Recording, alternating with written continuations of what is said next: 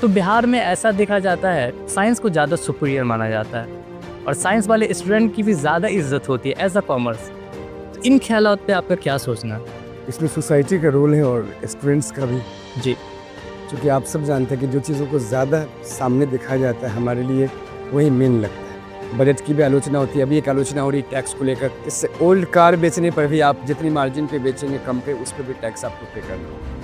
तो टैक्स को लेकर बड़ा अटपटा सा है। मेरा भी बस यही रहा है कि अटपटा है तो आप भी इसको बस चटपटा तरीके से देखिए और कुछ मत कीजिए। जी के अंदर क्या है ऐसा कि भाई कंटिन्यू टॉपर, क्या बात है इसके पीछे? तो रैंक के पीछे एक कहानी जो आपने पूछी कि यह ऐसा क्यों है, क्योंकि जब समाज में सबके पास साइकिल है तो सिर्फ आपके पास फॉर्च्यूनर कैसे होगा? सवाल का अगर दूसरा पहलू देखिए तो यही था। तो आज हमारे साथ बैठे हैं आइडमी द किंग ऑफ कॉमर्स के डायरेक्टर एफ.ए. जैफी। तो सर, सबसे पहले स्वागत है आपका फनपट के आओ सीखे के दूसरे एपिसोड में। तो सर, जैसा कि आप कॉमर्स के टीचर हैं, बहुत पॉपुलर टीचर है बिहार में। तो बिहार में ऐसा देखा जाता है कि साइंस और कॉमर्स में साइंस को ज़्यादा सुपीरियर माना जाता है और साइंस वाले स्टूडेंट की भी ज़्यादा इज्जत होती है एज अ कॉमर्स। तो इन ख्यालात पे आपका क्या सोचना है? इसमें सोसाइटी का रोल है और स्टूडेंट्स का भी। जी। क्योंकि आप सब जानते हैं कि जो चीज़ों को ज़्यादा सामने दिखाया जाता है हमारे लिए वही मेन लगता है। जैसे फॉर एग्जांपल हम एक पार्टी से समझते हैं, जैसे बीजेपी पार्टी है। इससे बहुत से और भी नेता होंगे, लेकिन ज़्यादा जिनको सामने रखा जाता है लोग उन्हीं को मेन मानते हैं, लाइक मोदी जी। जी। सेम चीज़ें हमारी पढ़ाई के साथ है। सोसाइटी जिन चीज़ों को ज़्यादा पुश करती है, जो सामने रखती है, लोग उसी को मेन मानते हैं, क्योंकि लोग मेजॉरिटी को फॉलो करते हैं। सही बात है। एनालिसिस नहीं कर पाते हैं कि हमारे लिए कौन बेहतर होगा इकोनॉमिकली, और जहाँ हम फ्यूचर तक लंबे समय तक पहुँच सकते हैं। इस वजह से है कि साइंस को लोग बेहतर मानते हैं, टेक्निकल चीज़ें उसमें ज़्यादा है, करके कुछ ना कुछ कर लेते हैं। लेकिन कॉमर्स में क्या है कि इसमें लॉन्ग टाइम तक कुछ ना कुछ करना पड़ेगा आपको जाने के लिए, और है बहुत बड़ा फील्ड, ये वास्ट फील्ड है कॉमर्स। बस इसकी जानकारी का अभाव है लोगों को। अच्छा, मतलब लोग रूट तक नहीं जानते हैं। रूट तक जानते नहीं हैं या फिर उन्हें बताया नहीं जाता है। सबसे बड़े मसला ये है कि 11th-12 में जब कॉमर्स आता है पढ़ने के लिए तो वो उसके लिए नर्सरी है, जी। और फर्स्ट टाइम अगर आप पढ़ते हैं तो आपके लिए ज़रूरी है कि उसके कोर चीज़ों को बताया जाए कि बेसिक क्या है और इसका क्या यूटिलाइज़ है। इससे हटकर हम सीधे पढ़ने चालू कर देते हैं। पढ़ाई करने में भी हमारे फ्यूचर को टारगेट करके किया जाए वो एक अलग होगा, और डायरेक्ट पढ़ना दोनों अलग-अलग विषय है। तो हमारे तरीके का भी सबसे बड़ा दोष है कॉमर्स को बैकवर्ड ले जाने का। मतलब बिहार में उस तरीके का माहौल नहीं है। बिल्कुल नहीं है। अच्छा। कहा जाता है सर के बच्चे से, जब बच्चे अगर किसी की ख्वाहिश भी होती है कि चलो हम कॉमर्स लेके पढ़ेंगे, लेकिन पेरेंट्स कहते हैं उनसे या सोसाइटी कहती है कॉमर्स लेके करोगे क्या? अब बच्चे चुप हो जाते हैं। मैंने तो अभी जस्ट कहा कि सोसाइटी उसी चीज़ को फ़ॉलो करती है जिसमें ज़्यादा सामने कोई चीज़ दिखता है, और हमारी सोसाइटी में बहुत कम हैं जो कॉमर्स में आगे तक, बहुत आगे तक बेहतर करते हैं। साइंस में क्या है कि एक जनरल चीज़ है, बीटेक है जो जॉब ओरिएंटेड कोर्स है। उसको लोग करते हैं, उसके बाद जॉब करके कुछ ना कुछ अर्न कर लेते हैं। साइंस वाले बच्चे को एक बात पता होती है कि हम 12th के बाद बीटेक वगैरह कर लेंगे, या नीट नहीं हुआ तो हम कोई भी टेक्निकल कोर्स करके निकल जाएंगे और एक ठीक ठाक स्टेबिलिटी वाली इनकम ले लेंगे। शायद कॉमर्स वाले बच्चे को ये नहीं पता है कि भाई हम करेंगे क्या, मतलब 12th कॉमर्स से करेंगे फिर बीकॉम करेंगे, क्या करें। कॉमर्स में डरे हुए रहते हैं वो। हाँ, डरे हुए रहते हैं, उनको जॉब अपॉर्चुनिटी नहीं दिखती है, शायद इससे दूर होते हैं। जॉब अपॉर्चुनिटी में उसके सामने कुछ प्रोफेशनल कोर्स दिखता है, जैसे लाइक सीए हो गया, सीएमए हो गया, ये सब हो गया मेन। अब इसमें क्या होता है, वो टफेस्ट एग्ज़ाम है। अब उसका बेस उस तरह का है ही नहीं 11th-12th में, जो उस तरफ जाए और उसमें कुछ बेहतर करे। एक बड़ी संख्या की बात कर रहे हैं। कुछ तो जाता ही है बिल्कुल, लेकिन बड़ी संख्या नहीं जा पाता उस ओर। बाकी जो है उसके इंट्रोड्यूस नहीं है बाकी फील्ड से। ज़रूरी नहीं कि कॉमर्स में हम उसी में रहेंगे। कॉमर्स बिज़नेस सीखने को मिलाता है, आपका दिमाग को बढ़ाता है, आज़ाद बनाता है। इसमें सीएफए है, सीपीए है, नॉर्मल बीबीए जो आप करते हैं वो भी है। बीकॉम में भी अब बेहतरीन सिलेबस आ गया। पहले वाला जो बीकॉम था और अब जो बीकॉम है, इसमें ज़मीन आसमान का फ़र्क है। कहना है 19-20 का फ़र्क नहीं, 19 लाख का फ़र्क हो गया पहले वाले बीकॉम से। बीएससी में भी और बीए में भी। लेकिन हम उसे उस तरह से पढ़ते नहीं हैं। अच्छा, इसमें दोष सिर्फ़ बच्चे या सोसाइटी का भी नहीं है। इसमें यूनिवर्सिटीज़ का भी है, और बोर्ड एग्ज़ाम जो लेने का पैटर्न है, उसका सिलेबस सिस्टम, इसका भी दोष है। अच्छा, वो कैसे? इसको ऐसे समझिए कि कॉमर्स अगर पढ़ने के लिए आप जाते हैं नॉर्मली सबसे पहले तो प्रायोरिटी किसको देते हैं आप? कोचिंग को। प्राइमरी वही समझते हैं कोचिंग जाएंगे उसी में कुछ होगा। अब होता क्या है कि कोचिंग जब पढ़ने जाते हैं तो हम एनालिसिस नहीं करते हैं, जैसे कपड़े खरीदने के पहले तौलते हैं, सोच समझते हैं, रैशनल मैनेजमेंट करते हैं, क्या लेना चाहिए और क्या नहीं, वो हम नहीं सोचते। हम सिर्फ पूछते हैं हो जाएगा पूरा सिलेबस, बोलते हैं हाँ हो गया। कोई रूट मैप नहीं होता है, सिलेबस सिस्टम, कितने लेक्चर्स लगने चाहिए, कितना टाइमिंग लगेगा। अब बताइए कि 55 प्लस चैप्टर्स पढ़ने होते हैं 3 पेपर में, अकाउंटेंसी, बिजनेस स्टडीज और एंटरप्रेन्योरशिप में, या इकोनॉमिक्स लें तो भी। अब उसमें कितने टॉपिक्स होता है साथ में, उस पे कितने लेक्चर्स बनेंगे। 365 दिन में अप्रॉक्स 90 डेज संडे और फेस्टिवल्स मिलाकर छुट्टियां होती है, बचता है 260 डेज या 65 डेज या 75 मान लीजिए। अब इसमें पूरा सिलेबस इम्पॉसिबल है 12th क्लास का जो कंप्लीट कर सके। अगर वो करेगा तो 2-3 लेक्चर करेगा उस पर और वो डेप्थ नहीं समझ पाएगा। अब 12th के बाद आगे आपको कुछ चुनना है कि मैं प्रोफेशनल फील्ड में जाऊं या किसी कॉलेज में जाऊं, तब आप बताइए कि जब बेस आपका कमजोर हो गया तो एक बड़ी इमारत कैसे ढाल सकते हैं उस पे आप? बिल्कुल। तो जब तक आप तय नहीं करेंगे सिलेबस शुरू करने से पहले कि हमें कैसे पढ़ना है, और इसमें टीचर की भी जिम्मेदारी बनती है। बच्चों को क्या, उसको तो जो कह दीजिए वो मान लेगा आपकी बात को। तो आपको एक रूट मैप तैयार करना चाहिए। तो इससे मेहनत लगती है, उसमें ऐसा नहीं है। इसमें कॉलेज वगैरह को भी है। बोर्ड पे मैंने बात कही तो उस पे भी ज़रा सा सुन लीजिए। बोर्ड को पता है कि सिलेबस बहुत बड़ा दे दिया मैंने 12th क्लास में, इसलिए क्या किया कि वो 50% हाफ कर लिया सिलेबस को। यानी 60% भी आप अगर पढ़ के जाते हैं तो 100% एग्जाम दे के आ पाएंगे। अब ऐसे में कभी बच्चा सिलेबस पे डेप्थ पढ़ाई कर पाएगा? उसको पता है कि मोटे तौर पे पढ़ेंगे और निकल जाएगा हमारा एग्जाम। अब तो क्या है कि एजुकेशन को तो ये कर दिया गया है कि भाई लर्निंग विदाउट बर्डन, इसलिए वो कह रहे हैं कि भाई थोड़ा सा कम। अब लर्निंग विदाउट बर्डन कर देगा तो फिर अर्निंग के लिए जो चाहते हैं कि बेहतरीन अर्निंग हो, अच्छा फील्ड मिले, रेपुटेशन मिले, इस फील्ड में कामयाब हो, तो वो बिना नॉलेज के कैसे? और शायद अनएम्प्लॉयमेंट का भी सबसे बड़ा रीज़न यही है कि बहुत मास बच्चों को पास कर दिया जा रहा है। और ये सिर्फ बोर्ड एग्जाम नहीं कर रही है, मैं सीबीएसई बोर्ड की बात करूंगा। 2018 में सीबीएसई बोर्ड इकोनॉमिक्स में माइक्रो और मैक्रो को 12th क्लास में रखा था, जी। लेकिन जब वहां पर ज्यादातर बच्चे माइक्रो इकोनॉमिक्स वाले पार्ट में फेल हो रहे थे, अच्छा, तो मेरे ख्याल से यही एक मेन रीजन रहा होगा जो माइक्रो इकोनॉमिक्स को उठा के 11th में डाल दिया और उसकी जगह पर इंडियन इकोनॉमी को लाया। 12th के सिलेबस की बात करूं, जिससे पासिंग परसेंटेज उसका बढ़ गया। अब इसको आप जिस पर्सपेक्टिव में सोचना है आप सोच सकते हैं।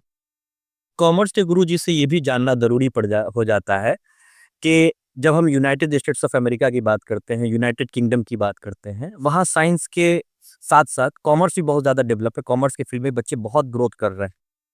लेकिन अभी हिंदुस्तान के अंदर 5 ट्रिलियन इकोनॉमी की बात चल रही है और अगर इकोनॉमी की आ रही है, 5 ट्रिलियन इकोनॉमी की बात हो रही है, कॉमर्स वाले अपने आप को कहाँ पे देखते हैं?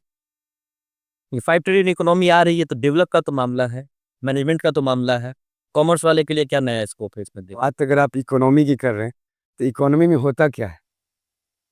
सबसे पहले तो ये ज़रूरी है, इकोनॉमी में होता है कि आप अलग-अलग सेक्टर्स के अंदर सबसे ज़रूरी चीज़ है जो प्रोडक्शन हो, चाहे वो प्राइमरी सेक्टर हो या आपका सेकेंडरी सेक्टर हो या टर्शियरी सेक्टर हो। अब ये प्रोडक्शन होगा तो ज़ाहिर-सी बात है वहाँ पे रिसोर्सेज़ यूज़ होंगे। रिसोर्सेज़ में 4 मेन रिसोर्स होता है, जिसमें लेबर आता है, जिससे एम्प्लॉयमेंट जनरेट होगा, कैपिटल आता है जिससे इन्वेस्टमेंट होगा तो उससे रिटर्न आएगा, उससे एंटरप्रेन्योर की संख्या बढ़ेगी। उसके बाद आता है लैंड, जो हमारा यूज़ नहीं है उसको हम यूज़ करेंगे। अब इन 4 फैक्टर्स का यूटिलाइज़ तभी होगा जो इकोनॉमी के अंदर प्रोडक्शन बढ़ेगा, और प्रोडक्शन बढ़ेगा तो इन सारी चीज़ों में टेक्निकल चीज़ों के एस्पेक्ट के अलावा मैनेजमेंट की ज़रूरत पड़ेगी, अकाउंटिंग की ज़रूरत पड़ेगी और एक बेहतरीन नॉलेजेबल सीए की ज़रूरत पड़ेगी। अभी सीए में भी मामला चल रहा है, अभी आप देखिएगा तो कंट्रोवर्सीज़ हो रही है उसके ऊपर, जो एक मुद्दा बैठ गया है उसको लेकर ख़ास तौर से। खैर मैं भी उस तरफ नहीं रहा। इससे याद आया, प्रधानमंत्री जी भाषण दे रहे थे, तो उन्होंने कहा कि एक सीए का जो सिग्नेचर होता है, वो प्रधानमंत्री के सिग्नेचर से ज़्यादा वैल्यू रखता है। अच्छा, मैं पहले अपनी ये बात जो कंप्लीट कर लूँ कि इकोनॉमी में क्या रोल है। तो कॉमर्स लेने से सबसे बड़ी चीज़ है कि आपके अंदर इंडिपेंडेंसी आएगी, और इंडिपेंडेंसी मीन्स कि आप अपने खुद को रोज़गार देने से लेकर दूसरों को रोज़गार देने, सबके लिए आप तैयार हो पाएँगे। और जब भी ऐसा होगा तो 1991 इसका एक उदाहरण है, यू टर्न पॉलिसी बनी थी नरसिम्हा की सरकार के अंदर में। वो क्या था कि अनऑर्गेनाइज़ सेक्टर सबसे ज़्यादा बूस्ट किया था एलपीजी आने की वजह से, लिबरलाइज़ेशन, प्राइवेटाइज़ेशन एंड ग्लोबलाइज़ेशन की वजह से। और वो क्यों हुआ? ये लोग आज़ाद होकर बिजनेस आसानी से चालू कर दिए बहुत सी रुकावट हटाने की वजह से। और ये सब के पीछे कौन काम कर रहा है? Commerce. Commerce is the part of business या commerce is the completely business which is concern with the exchange of goods and services. तो कॉमर्स के बिना तो सर्वाइवल ही इम्पॉसिबल नहीं है। तो अब अमेरिका की बात कर लो या हम डेवलपिंग कंट्री, वो लोग तो डेवलप हैं लेकिन हम तो डेवलपिंग हैं। हमारे लिए इसमें सबसे ज़्यादा ज़रूरी बिहार की खासतौर से बात कर रहे हैं। देश का विकास तभी पॉसिबल है जब बिहार का विकास होगा, और बिहार में सबसे पीछे है कॉमर्स, और कॉमर्स ही एंटरप्रेन्योर पैदा करेगा। वैसे तो कोई भी आ सकता है एंटरप्रेन्योर बनकर, लेकिन मेन कॉमर्स के अंदर जो पेपर है इसका रोल है एंटरप्रेन्योर पैदा करने में। एंटरप्रेन्योरशिप पेपर से वो एंटरप्रेन्योर बनने की कोशिश कर सकता है, बहुत सारी चीज़ों को लर्न कर सकता है। लेकिन इन सब में आ जाता है वही जो कहते हैं, बिना प्रेशर के पढ़ेंगे तो फिर कहते हैं ना, पढ़ाई फ्री नहीं है, अटेंशन मांगता है। फिर ये स्लोगन काट दीजिए ना फिर। इसलिए हम कह सकते हैं कि चाहे 5 ट्रिलियन की इकोनॉमी हो या 10 ट्रिलियन की, जहाँ भी आप जाने की बात करें, इसमें कॉमर्स का रोल सबसे बड़ा होगा। बिना उसके नहीं हो सकता, इम्पॉसिबल। मतलब ये है कि कॉमर्स के बच्चे खुश हो जाए कि भाई बहुत वाइड अपॉर्चुनिटी। वास्ट फील्ड है ये, जानकारी ही नहीं है। अभी आप में से बहुत से बच्चे जो भी 12th करें, उसको सीपीएस सीएफए के बारे में 100 में से 2-3 बच्चे कहेंगे हमको आता है। हालांकि चैट जीपीटी का ज़माना है, अभी तो जो भी मन में आता है वहाँ आप पूछ सकते हैं। हम चाहते नहीं हैं, इंस्टाग्राम से बाहर निकलने का समय भी तो होना चाहिए ना। अब ये है कि सर, अब चैट जीपीटी की बात आ ही गई है। आजकल हर बच्चे कुछ भी, आप कोई भी वर्क दीजिए, है ना? वो चैट जीपीटी से आंसर ढूँढ के ले आते हैं। उनका अपना क्या है? कोई रोल तो नहीं होता है। अब चैट जीपीटी के ज़रिए आ जाती है, सारी सॉल्यूशन मिल जाती है। इससे ये नहीं लगता है कि जो इंसान का जो दिमाग अल्लाह ने दिया है, वो कहीं न कहीं ठहर जाता है? वो अपने इस चीज़ का इस्तेमाल नहीं कर पाता है? देखिए, क्रिएटिविटी जो होती है, जिसमें हम वक्त लगाते हैं सोचने का, इससे जाहिर सी बात है कि हमारा आईक्यू लेवल बढ़ता है। जितना ज़्यादा हम सोचेंगे, हमारे दिमाग की जो आईक्यू लेवल है वो बढ़ेगा, ये एकदम नॉर्मल सी बात है। लेकिन अब क्या है कि ज़माना कॉम्पिटिशन का आ गया है। कॉम्पिटिशन मतलब नॉर्मल नहीं, बहुत बड़ा कॉम्पिटिशन है। अब इसमें हम अगर समय लगाएँगे ना, तो जो चीज़ें फ़ास्ट या टेक्नोलॉजी लेकर आगे बढ़ रहा है, वो हमसे आगे निकल चुकेगा। तो आज के दौर में हमें उसको लेकर चलना पड़ेगा। लेकिन हाँ, सीधे कॉपी पेस्ट ना करके हमें एनालिसिस करना होगा। हम जिन चीज़ों को एक्सप्लोर करने में 10 मिनट लगाएँगे, वो हमें 1 मिनट में बता देगा वो। अच्छा सर, मेरे एक सब्सक्राइबर का सवाल था कि 11th में वो कॉमर्स ले रहे हैं, तो उनको क्या-क्या सब्जेक्ट रखना चाहिए, जिससे वो बढ़िया स्कोप में जा सके आगे कॉमर्स के? 11th में सब्जेक्ट रखने के लिए जो मेन, अगर कॉमर्स से जुड़ा हुआ सब्जेक्ट की बात करें, तो अकाउंटेंसी है, बिज़नेस स्टडीज़ है, एंटरप्रेन्योरशिप है, इकोनॉमिक्स है। ये चारों हैं, जिसमें से इकोनॉमिक्स और एंटरप्रेन्योरशिप में कोई एक लेते हैं। यानी उसमें से ऑप्शनल होता है, आप चुन सकते हैं किसी एक को। लेकिन हमारे हिसाब से आपको चारों पढ़ना होगा, क्योंकि कॉमर्स बिज़नेस है और बिज़नेस किसी चीज़ को छाँटने को नहीं कह सकते। साथ में इसमें क्वांटिटेटिव एप्टीट्यूड भी है, मैथमेटिक्स और स्टैटिस्टिक्स, जो कि डेटा एनालिसिस करना, ये बहुत ज़रूरी है बिज़नेस के अंदर। बिज़नेस इकोनॉमिस्ट लोगों का रोल ही होता है, बिज़नेस की समस्याओं को जानना और उसको एनालिसिस करके उसका सॉल्यूशन और ओपिनियन बनाना। तो ये कब पॉसिबल है? जब आपके पास स्टैटिकल डेटा होगा। तो स्टैटिक्स पेपर भी है उसके अंदर, और 11th में ही है ये स्टैटिक्स। लेकिन आमतौर पे समय की कमी की वजह से या 11th को हल्के लेने की वजह से बच्चे भी शुरू से नहीं पढ़ पाते और संस्था भी बहुत सारी नहीं पढ़ा पाती है। अच्छा। तो सिलेबस जो भी बोर्ड दे रहा है उसको पढ़ें आप। चुनने के बाद भी पढ़ें एक्स्ट्रा पेपर जो है, जो मैंने कहा इकोनॉमिक्स की जगह ईपीएस और ईक्यूपीएस की जगह इकोनॉमिक्स, आप चारों पढ़ें। तभी आप नॉलेजेबल पर्सन बन पाएँगे, नॉलेज वाला बंदा बन पाएँगे और कुछ कर पाएँगे। छाँटिए नहीं। छाँटने का मतलब है शुरू में नैरो कर दीजिएगा, तो आपको आगे क्या कीजिएगा फिर आगे? आप एक स्टूडेंट हैं जो आरिफ साहब हैं, उन्होंने एक सवाल आपसे किया है कि साहब, हम लोग जो है 11th-12th में सब्जेक्ट सही से चुन नहीं पाए और हमें करना था एमबीए, और हमने 11th में अपना सब्जेक्ट इकोनॉमिक्स नहीं रखा, और जब इकोनॉमिक्स नहीं रखा तो हमें दिक्कत हो रही है और आज हम पछता रहे हैं कि अगर हमें एमबीए करना था तो हमें इकोनॉमिक्स अपना सब्जेक्ट रखना था। ऐसे कॉमर्स में बहुत सारे बच्चे हैं जो सही से सब्जेक्ट को चुन नहीं पा रहे हैं कि हमें कौन-सा सब्जेक्ट रखना चाहिए। अब ये देखिए कि एमबीए करने में दिक्कत किस बात की आ रही है? लर्न करने में या एडमिशन में? ये 2 अलग-अलग दिक्कतें हैं। पहले दिक्कत आ रही लर्न करने में, तो मैंने अभी जस्ट कहा ना कि आपको चारों पेपर पढ़ना है। इससे आपके उनका सवाल का जवाब हो जाता, उनको परेशानी नहीं होती। लेकिन उन्होंने कहा किया कि जो सब्जेक्ट सामने था, जो छोड़ना था वो छोड़कर छोड़ ही दिए। कॉमर्स में जो भी पेपर है उसको पढ़ना ही पड़ेगा आपको। तो इकोनॉमिक्स अगर वो पढ़े होते, जैसे आपने कहा कि क्या कहते हैं, एंटरप्रेन्योरशिप जो है सब्जेक्ट, बच्चे ने कहा कि साहब हम लोग इसलिए इकोनॉमिक्स नहीं चुनते हैं सब 11th में सब्जेक्ट, इसलिए कि एंटरप्रेन्योरशिप में जो है हमें मार्क्स अगर बोर्ड में स्कोर करना है तो हम ये सब्जेक्ट चुन लेते हैं, इकोनॉमिक्स छोड़ देते हैं, हमारे पास ऑप्शंस होता है। लेकिन जब आगे हमें अपनी अपॉर्चुनिटी देखनी है लाइफ में तो हम फंस जाते हैं फिर। से क्या करें इसमें? बाप ने मार्क्स की बात कही है, इकोनॉमिक्स में 99 मार्क्स लाए इस बार बच्चे ने, और अभी तक ईपीएस के अंदर किसी बच्चे ने 99 मार्क्स नहीं लाया। अब कहेगा ये कैसे? तो उसमें 30 मार्क्स का कॉलेज एग्जाम लेता है प्रैक्टिकल, 30 कभी नहीं देगा वो आपको, 29 28 भी मुश्किल है। तो मार्क्स तो बात ही खत्म हो गई कि मार्क्स हाईएस्ट आएगा। इसलिए ये सीधे कहें कि उसके अंदर एक बाहुबली पेपर लगता है अकाउंटेंसी से भी ज़्यादा इकोनॉमिक्स। नहीं इंस्टीट्यूशंस जितने भी हैं या इंस्टीट्यूट वो पढ़ा पढ़ी है सही से, और नहीं बच्चे उसको सीख पा रहे हैं, जिसमें माइक्रो इकोनॉमिक्स काफ़ी रोल प्ले करता है। इकोनॉमिक्स के अंदर फॉरेन एक्सचेंज रेट कैसे तय होता है, ये 12th क्लास से बच्चे सीख सकते हैं कि ये डॉलर से जैसे कि डॉलर को बेस बनाकर जो हम लोग करेंसी को एक्सचेंज करते हैं, या फिर जो गोल्ड स्टैंडर्ड होता है वो सिस्टम है क्या, ये 12th बोर्ड में पढ़ाई के अंदर दौरान सीख सकते हैं बच्चे। अब आप बताइए ये क्या सिर्फ कॉमर्स वाले के लिए है?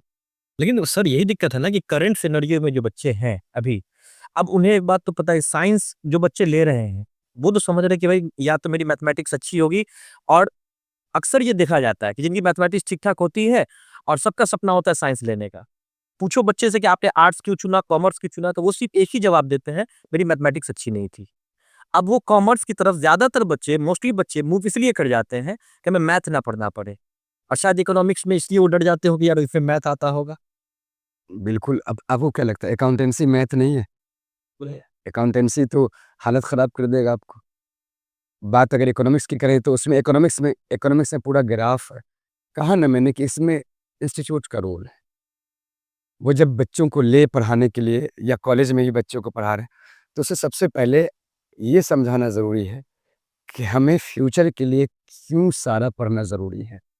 छाँट कर या नैरो सिस्टम से एजुकेशन आज के ज़माने का नहीं है पॉसिबिलिटीज़। अभी कॉम्पिटिशन बढ़ गया है, आपको सब कुछ सीखना पड़ेगा, हर एक चीज़ को। इकोनॉमिक्स तो एकदम कंपल्सरी है। बहुत सारी यूनिवर्सिटीज़ इकोनॉमिक्स को बेस मानकर एडमिशन ले रही है। एंटरप्रेन्योरशिप के बेस पे डायरेक्ट एडमिशन नहीं ले रही है। तो आप नॉलेज के बेस पे भी लीजिए, और ऐसे भी आप पढ़ें। दोनों में से कोई भी एक लें तो दूसरा सब्जेक्ट ज़रूर पढ़ें। इकोनॉमिक्स लें तो ईपीएस पढ़ें, ईपीएस लें तो इकोनॉमिक्स पढ़ें। चूँकि ईपीएस आपको एंटरप्रेन्योर बनाएगा और इकोनॉमिक्स जो है बिज़नेस के प्रॉब्लम्स को एनालिसिस करना सिखाएगा। तो इसमें से कौन सी छाँटने की चीज़ होगी बताइए ज़रा-सा? तो बोर्ड ने तो छाँट दिया। हम तो कहते हैं चारों पेपर रखिए, बोर्ड को ही कर देना चाहिए कि बोर्ड ही डाल दे चारों पेपर को, जिससे कि कम से कम बेस मज़बूत हो। या फिर 8, 9, 10th में कॉमर्स का एक बेहतरीन सा पेपर डाल दीजिए। इकोनॉमिक्स तो अभी भी है, लेकिन बच्चे इकोनॉमिक्स को वहाँ पर उस हिसाब से नहीं पढ़ पा रहे हैं। तो इकोनॉमिक्स और ईपीएस में जो मामलात आपने कहा कि कौन-सा चुना जाए, इसमें बस एक ही चीज़ है कि आप पढ़ने के दौरान चारों पढ़ें। डरे नहीं, डर जाते हैं बच्चे कि इकोनॉमिक्स कैसे हो पाएगा, और कोचिंग संस्था भी नहीं रोल प्ले कर पाती है, और कॉलेज का तो खैर हाल मेरे से बेहतर आप सब जानते होंगे। अच्छा सर, साइंस के इस दौर में आपको कॉमर्स पढ़ाने का ही आइडिया क्यों आया? मैं खुद कॉमर्स से हूँ, तो जैसे बात है, मेरे घर में चावल होगा तो हम चावल ही बनाएँगे ना, ये तो कैसे बना सकते हैं? तो आपको आइडिया कैसे आया कि मुझे भी एक इंस्टीट्यूट चलाना चाहिए? कहीं से मोटिवेशन? बड़ी इंटरेस्टिंग बात कही आपने। ज़रा हमारे व्यूअर्स को भी शॉर्ट में बता दीजिए। हाँ, 2016 में मैं एक्चुअल में उस वक़्त हमारा इंटीरियर और एक्सटीरियर का यानी फ़साड का वर्क हो रहा था। फ़साड बोलते हैं बिल्डिंग के एक्सटर्नल डिज़ाइनिंग को, और इंटीरियर तो समझते ही हैं। तो इसी तरह मैं दरभंगा में दिग्घी होके गुज़र रहा था, कहीं जा रहा था, किसी साइट पे ही जा रहा होगा। तो एक स्टेटमेंट लिखा हुआ था कि मैं बुशरा, ऐसे उसके बाद 378 या 87, एक्चुअल में चूँकि 2016 में मैंने देखा था या 17 में, 16 ही में। तो एग्ज़ैक्ट मार्क्स नहीं पता, लेकिन 387 या 68 यही 2 मार्क्स में, दोनों में से कोई एक था, आउट ऑफ 500। और एक स्टेटमेंट था, एक बड़ा बैनर था। तो मैं ऐसे ही देखते हुए चला गया, आगे बढ़ गया। फिर मेरे दिमाग में वो रह गया कि ये मार्क्स बहुत ज़्यादा बेहतरीन नहीं है, और ये शो करने की चीज़ नहीं, शोकेस वाली चीज़ नहीं है। तो आखिर यही मार्क्स में बच्चे काम कर रहे हैं। कॉमर्स तो मैं खुद जब बिज़नेस कर रहा था तो बिज़नेस ही है ना कॉमर्स। ये कब की बात है? 2016 की एग्ज़ैक्ट बात होगी, शुरू की 2016 की। उसके बाद मैंने सोचा यार कुछ बदलाव किया जा सकता है, कॉमर्स तो बहुत ईज़ी सा फील्ड है, बहुत आसानी से इसमें अच्छा कर सकते हैं। फिर मैंने थोड़ा-सा डेटा वगैरह कलेक्ट किया, कितने बच्चे पढ़ते हैं दरभंगा में, कैसी पढ़ाई हो रही है, कई जगह से मैंने डेटा भी कलेक्ट किया, किस पैटर्न पे पढ़ा रहे हैं, कितना टाइम दे रहे हैं बच्चों को, और कितनी संख्या है 12th बोर्ड के एग्ज़ाम में कॉमर्स वाले की। सबसे ज़्यादा ज़रूरी मेरे लिए था कि पूरे बिहार में कितने हैं। तो जिस साल मैं चालू करना चाह रहा था, उसमें 55,000 बच्चे कॉमर्स में थे, आउट ऑफ 13 लैक्स। और साइंस, आर्ट्स, कॉमर्स तीनों मिलाकर 13 लाख में से सिर्फ 55,000 बच्चे थे, जिसमें आशना, ज़िया उस बैच में बच्चे। फिर मैंने 2017 में डाल दिया, बोला चालू करता हूँ मैं, बदलते हैं सिस्टम को, और कोशिश किया। एकदम पैटर्न अलग था, शुरू में लोगों को थोड़ा-सा अटपटा-सा लगा, और वही अटपटा-सा आज अटपटा दिखता है और बेहतरीन दिखता है, जिससे आज बच्चे बीपीएससी से लेकर यूपीएससी की तैयारी करें, और सीए घर पे ऑनलाइन क्लासेस ले लेकर वो आगे की पढ़ाई करके अगला-अगला अटेम्प्ट देकर वो कंप्लीट करें। जैसे इंटरमीडिएट वगैरह का घर से कर चुके हैं, जितने भी लिस्ट में नाम है हमारे टॉपर्स में, वो लोग बेहतरीन कर रहे हैं आगे। और जो टॉप नहीं किए, अच्छा ये मत समझिए कि जो टॉप नहीं किया वो भी नॉर्मल बच्चा है। वो बच्चे सभी बाकी में सारे में अच्छा मार्क्स लाए हुए हैं, बस वो लैंग्वेज पेपर उसका मसला है। लैंग्वेज में अंग्रेज़ी बहुत बड़ा रोल प्ले कर रहा है हमारे बिहार में। अंग्रेज़ी नहीं पढ़ते हैं बच्चे, कॉमर्स में उसके बिना हो नहीं सकता। क्योंकि वो शुरू से हिंदी मीडियम से आते हैं इसलिए। तो मैंने बदलाव किया, और 2018 में ही आपने उसका रिज़ल्ट देखा, और अभी कंटिन्यू फिर मैंने इम्प्रूव किया, और मैं कंटिन्यू इसको इम्प्रूव करने पे लगा हुआ हूँ। मेरी बस एक ही कोशिश है कि बिहार में कॉमर्स की संख्या बेहतर हो, चूँकि बिहार का विकास बिना एंटरप्रेन्योर के नहीं होने वाला है, और इसका रोल कॉमर्स ही प्ले कर सकता है। इसमें सबको आगे आना पढ़ना पड़ेगा। अब कुछ हम लोग पहले तो ये बता दीजिए सर कि कॉमर्स लेने वाले बच्चे बार-बार कहते हैं कि उनके ज़हन में एक ही चीज़ होती है कि हमें सीए बनना है, इसलिए कॉमर्स ले रहे हैं। और अभी तो प्रधानमंत्री जी ने भी कह दिया है कि भई सीए की जो सिग्नेचर की जो वैल्यू होती है, वो प्रधानमंत्री के सिग्नेचर की वैल्यू से भी ज़्यादा इम्पोर्टेंट रोल प्ले करती है। क्या कहिएगा आप इस देखिए, सीए के जो सिग्नेचर है ना, वो फाइनेंशियल क्रेडिबिलिटी के लिए होता है। कहीं पे, चाहे वो देश का बजट हो या अदर सेक्टर्स के अंदर में, चाहे वो फाइनेंशियल इंस्टीट्यूशंस जितने भी भारत के अंदर काम करती हैं। और सीए के सिग्नेचर्स की वैल्यू का मतलब है फाइनेंशियल क्रेडिबिलिटी, और दुनिया का हर एक काम फाइनेंस से जुड़ा हुआ है। अगर वो सही मैनेजमेंट नहीं होगा, तो बेहतर नहीं चल पाएगा। तो प्रधानमंत्री जी ने जो कहा कि सीए का सिग्नेचर, ज़ाहिर-सी बात है, फाइनेंशियल पर्सपेक्टिव से उन्होंने कहा। बाकी पीएम का तो अपनी सिग्नेचर की जगह पर अपनी एक वैल्यू है, लेकिन फाइनेंशियल क्रेडिबिलिटी के लिए सीए के अलावा और कोई नहीं है जिसकी वैल्यू हो सकती है। और बिना फाइनेंशियल मैनेजमेंट के देश का विकास भी पॉसिबल नहीं है। बजट उसका उदाहरण है। बजट की भी आलोचना होती है। अभी एक आलोचना हो रही है टैक्स को लेकर, वो कि अगर आप कार सेकंड हैंड बेचिएगा ना, जी, अभी टैक्स का बड़ा मामला चल रहा है। अभी पॉपकॉर्न, कैरेमल पॉपकॉर्न पे भी पॉपकॉर्न को खैर मामला ही छोड़ दीजिए, एक मैं बड़ा इंटरेस्टिंग बात बता रहा हूँ। इससे ओल्ड कार बेचने पर भी आप जितनी मार्जिन पे बेचेंगे कम पे, उस पे भी टैक्स आपको पे करना होगा। तो अब ये कैसे हो रहा है क्या, और इसके बैकएंड में क्या चल रहा है, इतना तो मैं बैकएंड की बात नहीं समझता हूँ।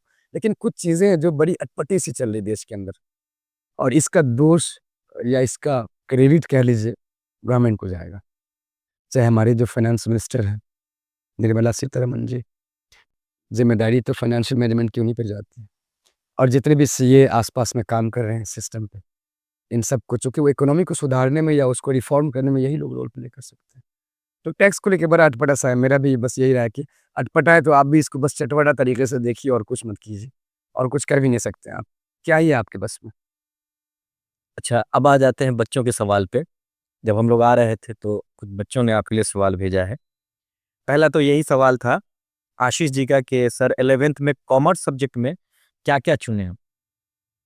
कौन-कौन सा सब्जेक्ट रखें? कॉमर्स में तो एक अकाउंटेंसी हो गया, बिज़नेस स्टडीज़, एंटरप्रेन्योरशिप या इकोनॉमिक्स, और अगर इकोनॉमिक्स लिया है तो एक्स्ट्रा में आप एंटरप्रेन्योरशिप ले लीजिए। यानी इकोनॉमिक्स और एंटरप्रेन्योरशिप में आप चूज़ कर सकते हैं कोई एक। तो मैं कहता हूँ आप चूज़ एक तो कर ही लें, लेकिन एक एक्स्ट्रा में ज़रूर रखें। एडिशनल चुनने का भी रहता है, अतिरिक्त विषय जिसको आप कहते हैं। वो आप चौथा पेपर ज़रूर ले लें। अगर इकोनॉमिक्स लिया तो ईपीएस एक्स्ट्रा में ले लें, ईपीएस लिया तो इकोनॉमिक्स। अरे मुजाहिद ने एक सवाल किया है कि वो अभी एमबीए में इनरोल हैं। तो उनका कहना ये है कि भई हमने जब वहाँ पर क्लास में जब देखते हैं यहाँ पर, तो क्लास में जब मैं ये देख रहा हूँ कि ख़ास करके मेरे क्लास के अंदर बड़े-बड़े बिज़नेसमैन के बच्चे जो हैं, वो कॉमर्स लेकर के पढ़ रहे हैं, वो एमबीए कर रहे हैं। जो मिडिल क्लास की फैमिली है, वो कॉमर्स बहुत कम ले रही है। तो उसने कहा कि जब हमने अपने साथी से बात किया कि भई ऐसा क्यों है? तो क्योंकि उनके पास तो ऑलरेडी बिज़नेस है, तो वो उसे सँभालेंगे। मिडिल क्लास वाला क्या करेगा? उसके लिए कोई अपॉर्चुनिटी कुछ खास नहीं है, या तो वो जॉब करेगा या फिर कुछ नहीं करेगा। तो उसने कहा ये कि बड़े-बड़े बिजनेसमैन के ही बच्चे ज़्यादातर कॉमर्स लेते हैं इंडिया के अंदर, बाकी बच्चे कॉमर्स की तरफ नहीं मूव करते हैं। और या फिर इसको ऐसे भी कह सकते हैं कि रीजनली ज़्यादा चुनते हैं कॉमर्स, जैसे आप महाराष्ट्र वगैरह को ले लीजिए, गुजरात को ले लीजिए। बिल्कुल सही बात है। उसके पीछे कहा मैंने कि मिडिल क्लास के को जो है ना इकोनॉमिक, अभी जैसे अभी की सिनेरियो की बात करें तो इनकम इनइक्वालिटी का मामला आ गया देश के अंदर। हमारा इनकम का ज़्यादा जो पार्ट है वो खर्च में चला जा रहा है। तो लॉन्ग टाइम तक हम पढ़कर, चूँकि कॉमर्स की अगर बात करें तो इसमें सीए करेंगे तो भी एक समय लगेगा, टफेस्ट एग्ज़ाम है, नॉर्मल है नहीं। लेकिन कुछ ऐसे एग्ज़ाम भी हैं इसके अंदर जो आसानी से आप आगे बढ़ सकते हैं उसको लेकर। बात आई बिजनेसमैन के बच्चों की, तो उसे बिजनेस ही संभालना है और कॉमर्स के अंदर डायरेक्ट बिजनेस सीखने को मिल रहा है, तो जाहिर सी बात बोल लेते हैं। और मिडिल क्लास इसका चांस नहीं लेना चाहते। वो चाहते हैं कि जल्दी से कुछ ना कुछ हल्का फुल्का टेक्निकल कोर्स कर ले 12th के बाद, कुछ भी लेकर साइंस के बाद, और वो कमाने लग जाए।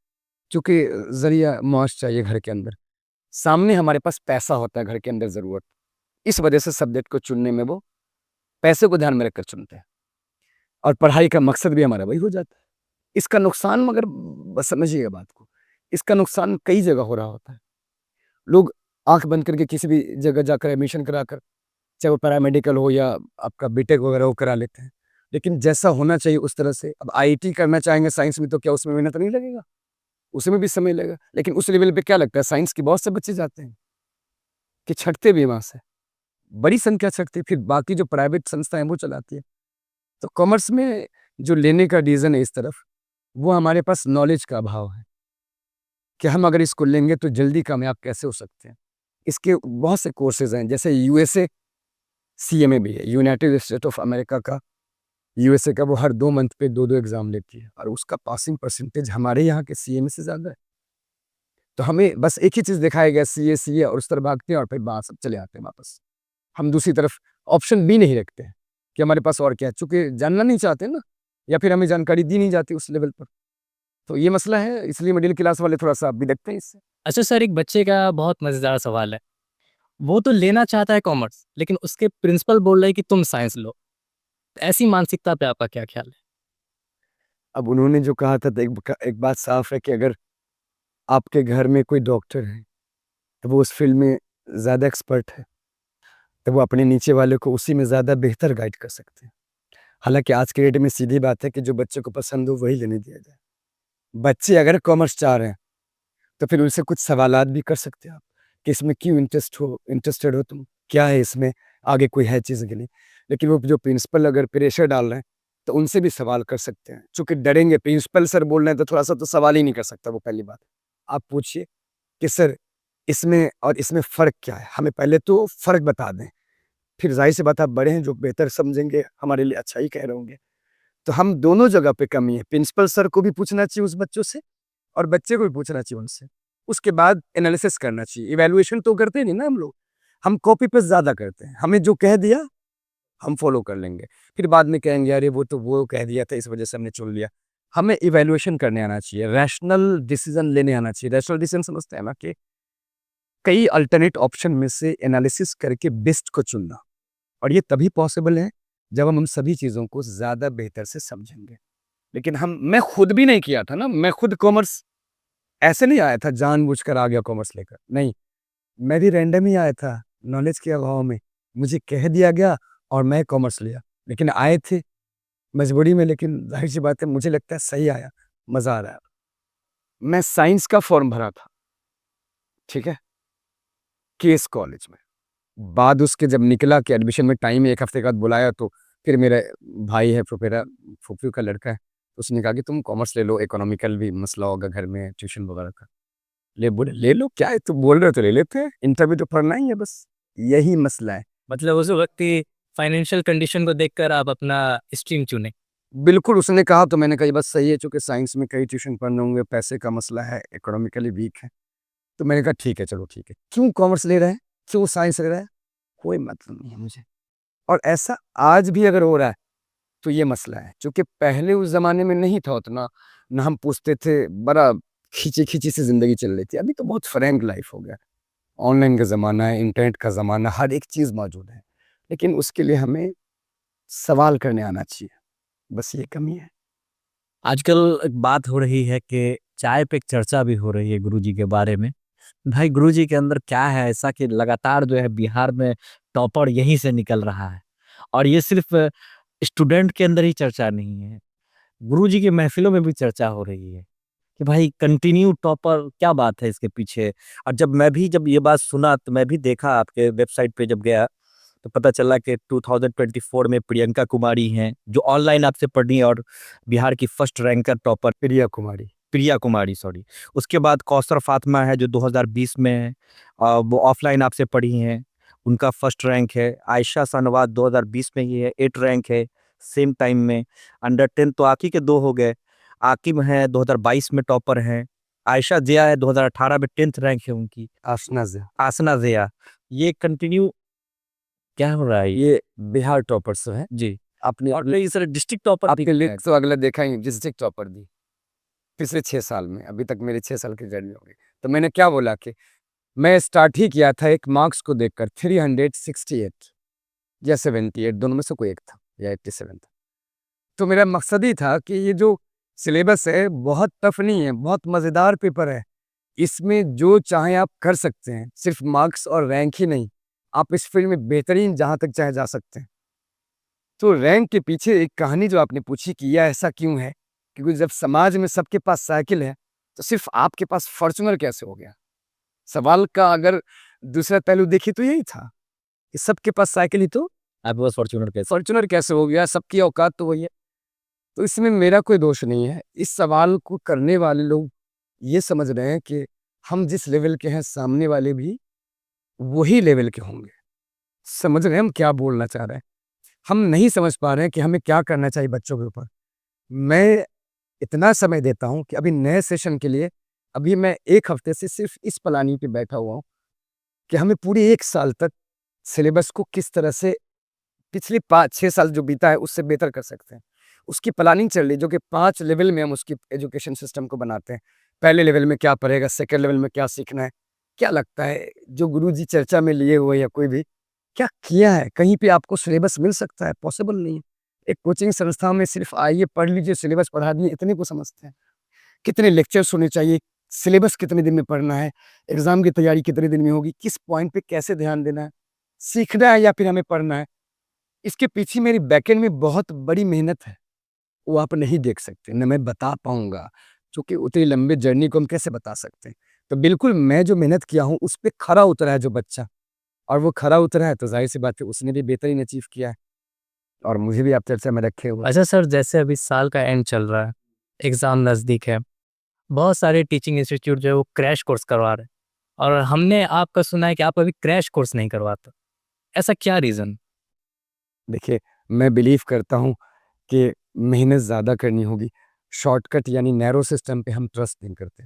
नैरो सिस्टम समझते हैं ना कि हम पहले तो सोचे ये करेंगे और वो करेंगे और बाद में धीरे-धीरे मजबूर हो गए। हारा नेटवर्क खिप्टी चुने कहावत है। सुना है क्या आप लोगों ने?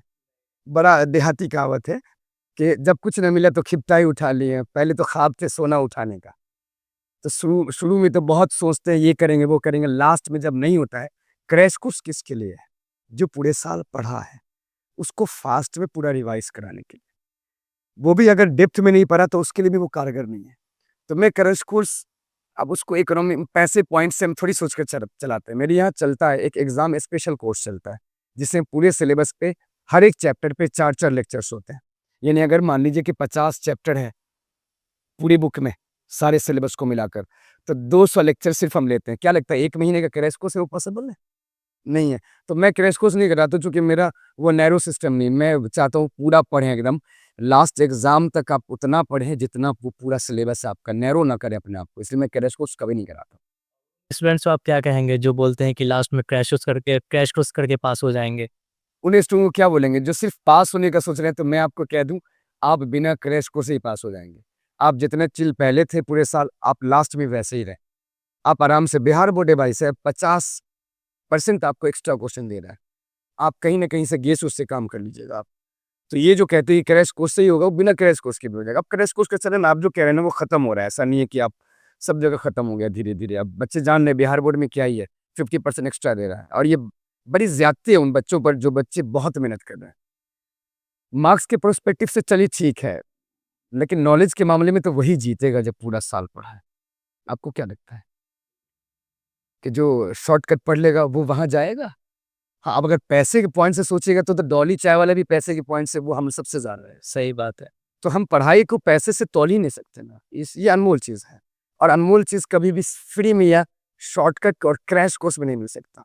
इसके लिए तो गुरु और चेला दोनों को बहुत स्ट्रगल करने की जरूरत है। बस यही जो क्रैश कोर्स। मतलब यही है कि कहने का मतलब यही है कि दुनिया वो नहीं है जो दिखती है, दुनिया वो है जो आप देखना चाहते हैं। Thousands of years before, a powerful line said in Vedas. Vedas एक हिंदू में भी और ऐसे भी लोग पढ़ते हैं उसको, बड़ी अच्छी बुक है, उसका ट्रांसलेशन होते होते तो अलग अलग चीज बदली। उसमें एक लाइन है, यथा दृष्टि तथा सृष्टि। इस दुनिया को आप जैसे देखेंगे ना, ये दुनिया आपको वैसे देखेगी, और हर इंसान का नजरिया अलग अलग है। हमारा नजरिया सुबह की धूप के लिए अलग होगा, और आपका नजरिया सुबह की धूप के लिए अलग हो, सही बात। किसी के लिए बहुत कड़ा लगेगा, और किसी को लगेगा आज काम करने जाएंगे। तो ये तय करना कि सब कुछ एक जैसी दिखे, ये पॉसिबल है। तो आप जो कहना चाहते हैं वो नहीं है जो हम सोचना चाहते हैं। दोनों चीज अलग है। हम चेहरे पे कुछ और रख लिए होंगे, ये कुछ और रख लिए होंगे। जो दिख रहा है वो है नहीं, और जो वो है वो दिखता नहीं। है। तो ये सब बात। अब जब इतना टॉपर आ ही गया है गुरुजी की तरफ से, तो गुरुजी के बच्चे तो ये भी जानना जानना चाहेंगे ना कि गुरुजी का अपना कैसा स्टूडेंट लाइफ था, अपने कैसे थे। मैं एजुकेशन में कोई रैंडम नहीं आया। मेरे पिछले जितने भी घर के लोग थे सब एजुकेशन से जुड़े हुए लोग हैं, एजुकेटेड लोग हैं। मेरे नाना मरहूम मास्टर मुर्तजा साहब, वो भी एक टीचर ही थे, अमानतदार भी थे, अमीन मतलब ज़मीन नापी करते थे। मैं कुम्हरौली से बिलोंग करता अक्सर में, ननियाल है, वहीं से मैं पढ़ा। वहाँ की एक कहावत है, पुराने लोगों को पता होगा कि वहाँ की मुर्गी पढ़ी हुई है। तो मैं उसी गांव से हूँ। अभी का ज़माना जो भी हो, लेकिन पुराने लोगों को बोलेगा ना तो कुम्हरौली नाम जैसे बोलेगा तो अच्छा, जहाँ की मुर्गी पढ़ी हुई है। काफ़ी बड़े बड़े ओहदे पे वहाँ के लोग सब पहुँचे अपने ज़माने में। अभी का तो खैर, हाँ, अभी के मामले में भी अभी 12th बीपीएससी का रैंक भी लाया है वहीं के एक बच्चे ने, अलीगढ़ से बीटेक करके। मैं नाम थोड़ा सा बोल रहा हूँ, न्यूज़ में भी आपको दिख गया होगा। तो मैं भी वहीं से था 10th तक। हालांकि हालात इकोनॉमी अच्छी नहीं थी, तो मैं पढ़ने में इंटरेस्टेड 8 क्लास से छोड़ना चालू कर दिया पढ़ाई को, कि नहीं मुझे नहीं पढ़ना। थोड़ा सा भाई लोग जो जिस कंस्ट्रक्शन फील्ड में, मैं भी उसी में चला जाऊँगा। लेकिन 10th का जब महीना आया, 10th वाले ईयर में जून जुलाई आया, तो मैंने सोचा थोड़ा सा पढ़ लेते हैं। तो मैं पहला था घर से जो कदम बाहर निकाला ट्यूशन पढ़ने के लिए। मुझसे पहले कोई नहीं मेरे घर में ट्यूशन पर, आज तक चलन ही नहीं था।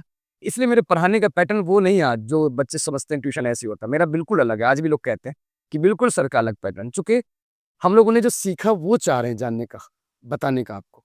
तो मैं पहला गया था ट्यूशन पढ़ने के लिए, और मुझे ना मेंस्ट्रुएशन सामने दिख गया बोर्ड पे। वो शंकु बनाया, उस वक्त मुझे ये भी नहीं पता ये शंकु है। वो बनाया उन्होंने, एक गांव में ही टीचर आते थे पढ़ाने के लिए। मैं चला गया बैच में, फर्स्ट टाइम बैठा, अजीब सा लगा, और मुझे समझ नहीं आया। वो देखा ना ऐसे यूं यूं, एलएच, बस मेरा तो एलएच हो गया, खत्म, भागा वहां से। अगली रोज मैं सोचा फिर पढ़ना तो है। फिर मैं कमतौल गया। कमतौल में एक टीचर थे, कमतौल में सुजीत सर नाम था उनका, बड़े अच्छे फ्रेंडली थे। उनको मैं उस जमाने में लड़कियों के साथ पढ़ना थोड़ा सा बहुत मुश्किल सा फील करता था। तो हमने कहा कि सर, बोले बैच है इतने बजे आ जाओगे। मैं बोला कि सर हमसे नहीं हो पाएगा बैच में, लड़कियां सब है और मुझसे पॉसिबल नहीं। मैं पहला सोचने ट्यूशन पढ़ने के लिए मैं पहला गया था, तो मुझसे पॉसिबिलिटी नहीं थी कि हम सबको झेल पाए। तो बोला ठीक है, तुम बैच के बाद 15 मिनट पढ़ लोगे। उन्होंने 15 मिनट मुझे टाइम दिया होगा, और मैं 1 2 4 5 दिन के बाद मैं मेंस्ट्रुएशन को ऐसे समझ लिया कि आज मैं अगर इंटीरियर एक्सटीरियर का काम कर पा रहा हूँ तो उसी की देन है, उस मेंस्ट्रुएशन मैथ वाले पार्ट की। क्योंकि उसमें वही मेजरमेंट करते हैं ना, वॉल्यूम मेजर करते हैं या फिर एरिया मेजरमेंट करते हैं। और इतना आसान हो गया कि बाकी बच्चे मेरे पीछे आ गए, जहाँ मैं पहले दिन जाकर छोड़ा था सब आगे। बोले भाई फुरकान को इतना कैसे आगे, चल वहीं चलते हैं। तो ये एक इंटरेस्टिंग कहानी थी कि मैं साथ में लड़कियों के उस जमाने में नहीं पढ़ पाता था। दूसरा, मैथ को लेकर जो भागता था उसका मैं बेहतरीन बना। और हमारे टाइम में 10th में 300 समथिंग बच्चे बोर्ड का एग्ज़ाम दिए थे, और मैं इतना लेट से पढ़ा था। उसमें 12 बच्चे फर्स्ट डिवीज़न किए, 87 बच्चे या 80 बच्चे सिर्फ पास किए 350 में, 300 प्लस में। उस 12 बच्चे फर्स्ट डिवीज़न में, मैं 4th पोजीशन पे था स्कूल में। इतना लेट से और इस तरह का मामला देखकर, चूँकि जेनेटिक भी कह लीजिए, चीज़ों को जल्दी समझ पाते थे, तो मेहनत की और मैंने अचीव कर लिया उसको। कॉमर्स फिर उसके बाद लिया, जो मैंने पहले ही बता चुका हूँ। कॉमर्स में भी मैं बड़ा मसला है रहा, मुझे कमाना भी पड़ा साथ में, मेहनत भी करना पड़ा, काम करना पड़ता था मुझे। इंटीरियर एक्सटीरियर का कॉन्ट्रैक्ट लेते थे। एक और बात पता चली कि बोर्ड का एग्ज़ाम देना है, 12th का बोर्ड का एग्ज़ाम, और डायरेक्ट सेंटर पे पहुँच रहे हैं कलकत्ता से आकर के। हाँ, बिल्कुल, मैं 12th क्लास और 11th क्लास हमारे ज़माने में सेपरेट नहीं था, डायरेक्ट 2 साल का इंटर था। तो मैं 2-3 महीने दरभंगा में रहा, फिर चला गया यहाँ से कोलकाता। और फिर वही ज़रिए-मुआश के लिए मुझे काम सब में लगे रहना पड़ा, वही इंटीरियर एक्सटीरियर वाले में। तो एग्ज़ाम का जब टाइम आया बोर्ड का, तो उस टाइम पे मेरा एक साइट चल रहा था। ऑक्सीजन बनाने की एक कंपनी है कोई, मैं बहुत पुराना वक़्त हो गया था बोल रहा हूँ, कोलकाता में। तो उसके लिफ्ट वाले एरिया का जो अंदर का, वो बाहर के वॉल का डिज़ाइन का काम था। एग्ज़ाम से 1 दिन पहले वो साइट कंप्लीट हुआ था। मतलब परसों एग्ज़ाम है, तो आज साइट कंप्लीट हो गया। उसको कंप्लीट किया, पेमेंट लिया और अगले रोज़ डायरेक्ट गंगा सागर कोलकाता से पकड़ा, और जिस दिन अकाउंटेंसी का पहला एग्ज़ाम, उस दिन सुबह में गंगा सागर से दरभंगा स्टेशन उतरा मैं। वहाँ के बाद डायरेक्ट मारवाड़ी गया कॉलेज, मारवाड़ी कॉलेज पे वहीं पे एक मेरी फ्रेंड थी, वो एडमिट कार्ड लेकर आई। वो एडमिट कार्ड मिल गया था, उसी के ज़रिए मैंने जिस ज़माने मिल रहा था, जिस टाइम में, तो वो रिसीव कर ली थी और अकाउंटेंसी का एग्ज़ाम दिया, और उन लोगों से सबसे बेहतर मार्क्स मैं ही लाया। तो थोड़ा-सा बहुत अखर गया उन लोगों को, कि भाई मैं पूरा पढ़ी, पूरे साल ये वहाँ रहा, पता ना पढ़ा कि नहीं पढ़ा। तो मैंने कहा ना कि आप मेहनत करेंगे तो कम समय में भी 1 साल का काम कर सकते हैं। आज अगर आप ये है कि आप तो टीचिंग लाइन में बहुत बेहतरीन चल रहे हैं। ट्रेन में पकड़ा भी गया था मैं, आने के टाइम में जो है, ट्रेन में मैं जब ट्रेन में सोचिए कल एग्ज़ाम है और ट्रेन में मुझे पुलिस पकड़ लिया। अब जिस कारण पकड़ा उसको मैं नहीं बोलना चाहूँगा, लेकिन लेकिन नेगेटिव भी तो ले लेगा सब कि नहीं, कुछ और तो नहीं सर कर नहीं, नहीं, आप बता दीजिए, कोई बात नहीं। चलता है आज की ज़िंदगी में। मैं थोड़ा-सा ये सब बोलने में थोड़ा-सा अजीब लगता है। तो मैं जब कोलकाता से निकला कि कल एग्ज़ाम है अकाउंटेंसी का, तो स्टेशन के बाद जब टिकट वगैरह लेके ट्रेन में गया, जब ट्रेन आगे बढ़ी तो कुछ स्टेशन के बाद तलब हुई। तलब आप सिगरेट की, समझ सकते हैं आप। तो मैं चला गया टॉयलेट में, वहाँ ले लिया, यूज़ कर लिया। निकला कि सामने धप्पा मार दिया पुलिस वाले ने, और बोला, "भाई तू सिगरेट पी के निकला है, महक रहा है।" मैंने कहा, "नहीं, नहीं, मैं क्यों पीऊँगा? ऐसे ही मक रहा होगा कुछ।" आर्गुमेंट करना चाहा, लेकिन कैसे चलेगा? उसने कहा पकड़ लिया, फिर बोला फाइन लगेगा ₹250। हमने कहा मेरे पास ₹250 तो नहीं है। फिर टिकट माँग लिया, टिकट दे दिया मैंने उसको हाथ में। फिर मैंने, देखो कॉमर्स का दिमाग कैसे लगाया है, मेरे पास ऑलरेडी पैसा था। मैंने कहा कि देखिए पैसा था, बोले कितने पैसे? तो मैंने कहा पैसा तो है, लेकिन ₹50 है, वो भी अंकल को दे दिए कि कहीं बाथरूम में गिर नहीं जाए वॉश वाले। तो मैं आ रहा हूँ लेकर। बोले ठीक है, टिकट ले लिया? बोले लेके आ जल्दी से। तो मैं गया उस तरफ, दूसरी तरफ, वहाँ से 50 का नोट निकाला, लाया, दिया। तो मैं डर गया था कि कल एग्ज़ाम है, दे ही पाऊँगा कि नहीं। लेकिन तलब जो है ना, कभी-कभी महँगा पड़ जाता है इंसान। तो एक कहानी थी, जो कभी-कभी ऐसा होता है, जो हम फँस जाते हैं, लगता है नहीं निकल पाएँगे, तो निकल सकते हैं आप चाहें तो। अभी बोर्ड का एग्ज़ाम होना है कुछ दिनों में। बच्चे एकदम खूब ज़ोर-शोर से मेहनत कर रहे हैं।